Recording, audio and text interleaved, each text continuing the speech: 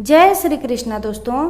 भाद्रपद माह की कृष्ण पक्ष की अष्टमी तिथि को कृष्ण जन्माष्टमी का त्योहार मनाया जाता है। कृष्ण जन्माष्टमी के दिन जन्माष्टमी व्रत कथा अवश्य पढ़नी या सुननी चाहिए और दूसरों को भी सुनानी चाहिए।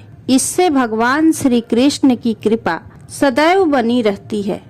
तो आइए सुनते हैं श्री कृष्ण जन्माष्टमी व्रत की कथा। द्वापर युग में भोजवंशी राजा उग्रसेन मथुरा में राज्य करता था। उसके आतताई पुत्र कंस ने उसे गद्दी से उतार दिया और स्वयं मथुरा का राजा बन बैठा। कंस की एक बहन देवकी थी, जिसका विवाह वसुदेव नामक यदुवंशी सरदार से हुआ था। एक समय कंस अपनी बहन देवकी को उसकी ससुराल पहुंचाने जा रहा था। तभी रास्ते में आकाशवाणी हुई, हे कंस, जिस देवकी को तू बड़े प्रेम से विदा कर रहा है, उसी में तेरा काल बसता है। इसी के गर्भ से उत्पन्न 8वां बालक तेरा वध करेगा। यह सुनकर कंस ने देवकी को मारने के लिए अपनी तलवार निकाली। तभी वसुदेव ने कंस को समझाया कि तुम्हें देवकी की 8वीं संतान से भय है, मैं 8वीं संतान तुम्हें सौंप दूंगा। कंस ने वसुदेव की बात मानकर दोनों को बंदी बना लिया और पहरेदार बिठा दिए।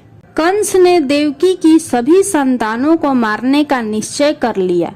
जैसे ही देवकी ने प्रथम पुत्र को जन्म दिया, कंस ने उसे जमीन पर पटक कर मार डाला। इसी प्रकार उसने देवकी के 7 संतानों को मार डाला। भाद्रपद मास में कृष्ण पक्ष की अष्टमी तिथि को अर्धरात्रि में भगवान श्री कृष्ण जी का जन्म रोहिणी नक्षत्र में हुआ और जन्म लेते ही जेल की कोठरी में प्रकाश फैल गया और आकाशवाणी हुई कि इस बालक को तुम गोकुल में नंद बाबा के यहाँ छोड़ दो और उनके यहाँ कन्या जन्म हुआ है, उसको यहाँ लाओ।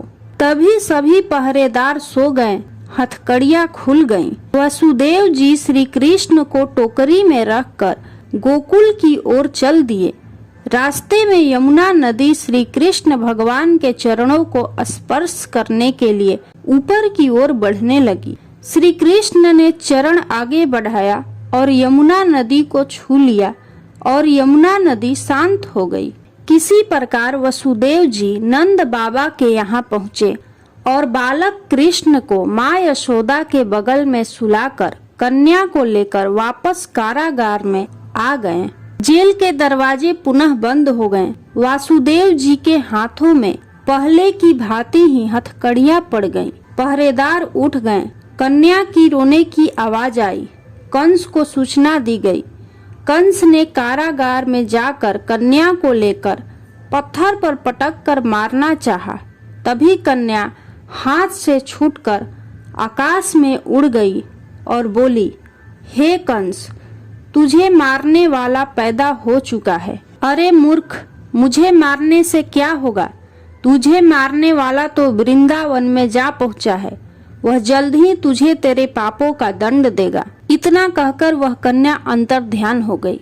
तब कंस ने श्री कृष्ण को मारने का बहुत प्रयास किया। श्री कृष्ण भगवान को मारने के लिए अनेक दैत्य भेजे, परंतु श्री कृष्ण ने अपनी अलौकिक शक्ति से सभी दैत्यों को मार डाला। अंत में कंस का वध करके उग्रसेन को राजा बनाया। प्रेम से बोलिए श्री कृष्ण भगवान की जय।